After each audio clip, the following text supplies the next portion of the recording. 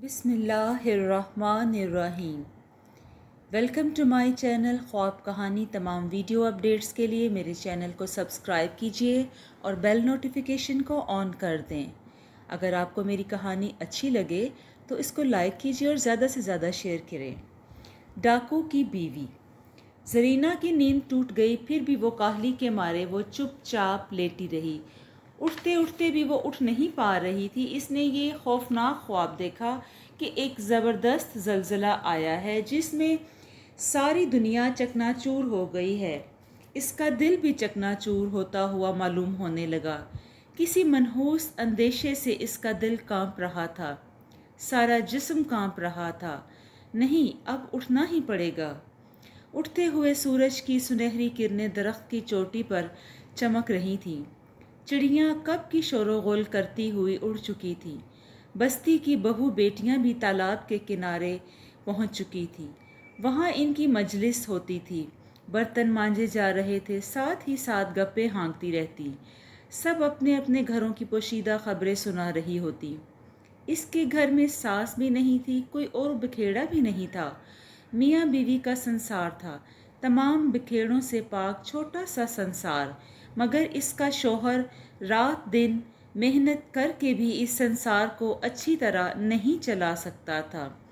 شانتی کے اس چھوٹے سے سنسار میں کبھی کبھی اشانتی بھی آ جاتی۔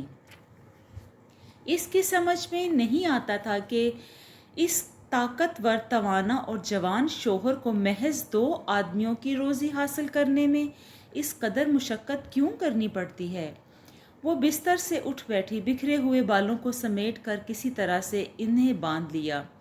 آج 2 دن سے اس کا شوہر گھر نہیں آیا تھا۔ کہاں گیا تھا اس سلسلے میں کچھ کہہ نہیں سکتی تھی۔ زرینہ ناک منہ چڑھانے لگی، تھوک پھینکا اور حقارت آمیز ہنسی ہنستے ہوئے خود ہی بڑبڑاتی، توفیق ہی نہیں، کچھ ایسے نکمے شوہر کے پالے پڑی ہوں۔ ماں باپ کے گھر میں کیا تھوڑی سی ڈوری کی کمی تھی؟ ماں باپ کے گھر میں کیا تھوڑی سی ڈوری کی کمی تھی کہ مجھے اس کے پلے باندھ دیا، پھانسی ہی دے دیتے۔ تکیہ پھٹ گیا، روئی باہر نکل رہی تھی۔ زرینہ کے بازو، زلف اور پھٹی ہوئی ساڑی میں روئی کے ریزے لپٹے ہوئے تھے۔ وہ پھر ہنسی، اس کے دانت چمکنے لگے۔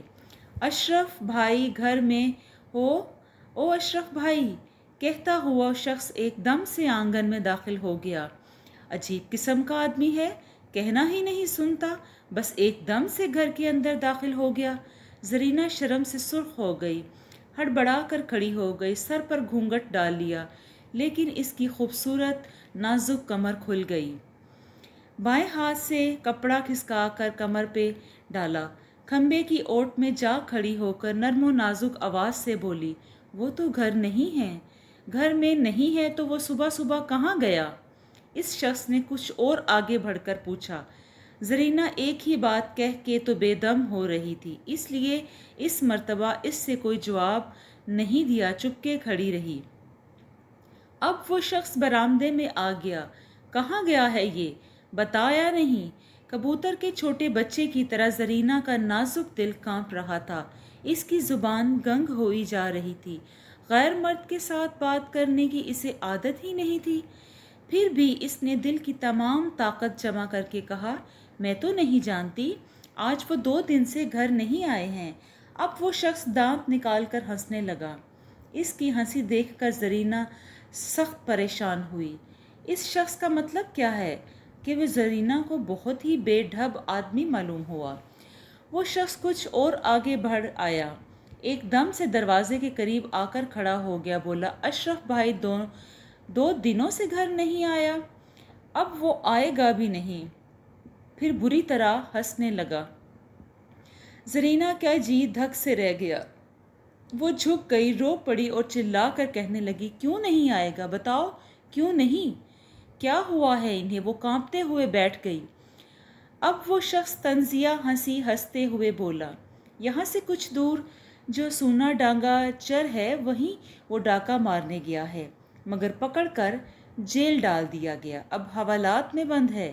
یہ سن کر زرینہ چیخ چیخ کر رونے لگی، ہائے اللہ، میری قسمت میں یہی لکھا تھا۔ اب میں کہاں جاؤں گی؟ ہائے اللہ! اس آدمی کی طرف سے رخ پھیر کر وہ باہر جانے لگی۔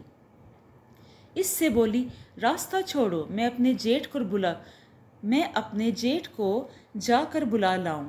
کیا کہا ہے ذرا ٹھیک سے سنو۔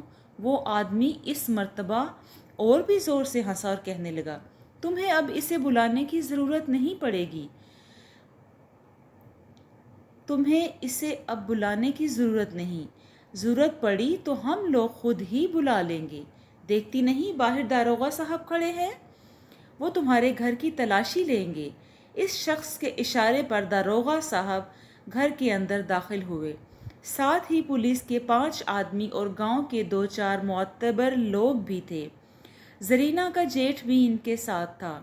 اتنے سارے آدمیوں کو دیکھ کر زرینہ خوف سے تھر تھر کانپنے لگی۔ کانپتے کانپتے صحن میں ایک طرف گر پڑی۔ شاید اسے غش آ گیا تھا۔ یہ دیکھ کر داروغہ صاحب گھبرا گئے، بولے، ارے یہ کیا، عورت بے ہوش تو نہیں ہو گئی؟ ذرا پاس کے مکان کی کسی عورت کو بلا لیجیے۔ انہوں نے گاؤں کے ایک آدمی کو حکم دیا۔ آنے والی رشتے میں زرینہ کی چچیری ساس تھی۔ عمر دراز عورت تھی۔ اس نے آ کر زرینہ کے چہرے پر اور آنکھوں پر پانی چھڑکا۔ تقریباً 15 منٹ کے بعد زرینہ کو ہوش آ گیا۔ بڑی بڑی آنکھوں سے چاروں طرف دیکھا، کچھ دیر حیرانگی نظروں سے دیکھتی رہی، اس کے بعد پھٹ پڑی، تم لوگ کون ہو؟ جاؤ، نکل جاؤ میرے گھر سے، یہاں تم لوگوں کا کیا کام ہے؟ اس کے سر سے کپڑا سرک گیا تھا، آنکھوں سے شعلے برس رہے تھے۔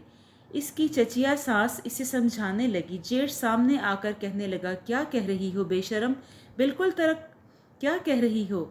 شرم بالکل ترک کر دی ہے تم نے؟ زرینہ بے قابو ہو رہی تھی۔ اس کے رگ و ریشے میں طوفان جاگ پڑا تھا۔ کہاں اس کے دل میں اتنی جرأت پیدا ہو گئی، وہ بھی خود نہیں جانتی تھی۔ زخم خوردہ شیرنی کی طرح وہ گرج اٹھی، بجلی کی سی سرعت سے اٹھ کھڑی ہوئی، بولی، میں شرم و حیا کر کے کیا کروں گی؟ میں ڈاکو کی بیوی ہوں، میری ذات چلی گئی۔ وہ کھلکھلا کر پاگلوں کی طرح ہنسنے لگی اور پھر بے اختیار رونے لگی۔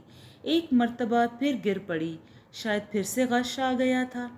داروغہ صاحب نیک نفس، دانش مند اور تجربہ کار آدمی تھے۔ سمجھ گئے کہ یہ سیدھی سادی عورت اپنے شوہر کی حرکتوں سے بے خبر تھی، لہٰذا گھر تلاشی کرنے کے بعد بھی کچھ نہ ملا۔ انہوں نے بستی کے لوگوں کو بلا کر ان کے بیانات لیے، اشرف کے چال چلن، عادات اور اطوار کے متعلق سوالات کیے۔ سبھوں نے بیک وقت کہا، اچھا آدمی ہے، غریب ہے لیکن ایماندار۔